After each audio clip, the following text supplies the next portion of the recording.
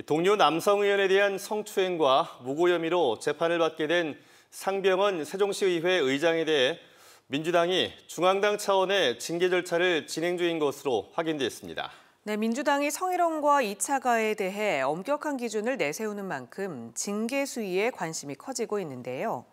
하지만 정작 상 의장은 자숙은커녕 취재진에게 언론에 대한 불만만 쏟아냈습니다. 고병권 기자가 보도합니다. 동료 남성 의원 2명에 대한 성추행 혐의로 검찰에 송치된 세종시의회 상병헌 의장.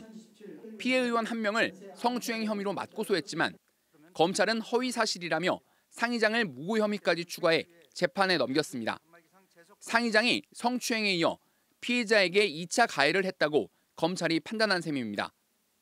사법기관의 판단과 함께 민주당 중앙당 윤리심판원의 조사 결과에도 관심이 쏠립니다. 지난해 9월 사건 발생 직후 조사를 시작한 민주당은 최근 중앙당 윤리심판원에 상 의장을 출석시키는 등 징계 절차를 밟는 것으로 확인됐습니다. 기각이나 각하가 아닌 징계가 내려질 경우 강제 출당하는 제명부터 서면으로 주의를 촉구하는 경고까지 3단계로 수위가 나뉩니다. 민주당이 최근 발표한 총선 공천 규정에서 성희롱이나 2차 가해를 5대 부적격 기준으로 강조한 만큼 낮은 수준의 징계를 내리기는 쉽지 않아 보입니다. 취재진의 거듭된 연락을 피하던 상 의장은 어렵게 만난 자리에서 검찰 기소나 2차 가해에 대한 입장을 묻자 엉뚱하게 언론 보도에 대한 불만을 쏟아냅니다. 세종시의회에 동료 남성 의원입니다. 왜 그 부분을 빼셔요? 오해스럽게.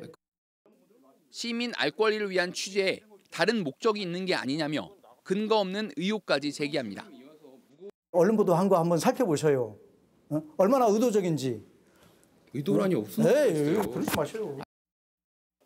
세종시의회 민주당 의원들은 검찰 기소 이후 총회를 열었지만 뚜렷한 대책을 내놓진 못하고 있습니다.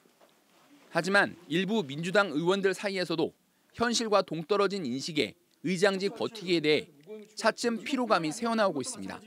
MBC 뉴스 고병권입니다.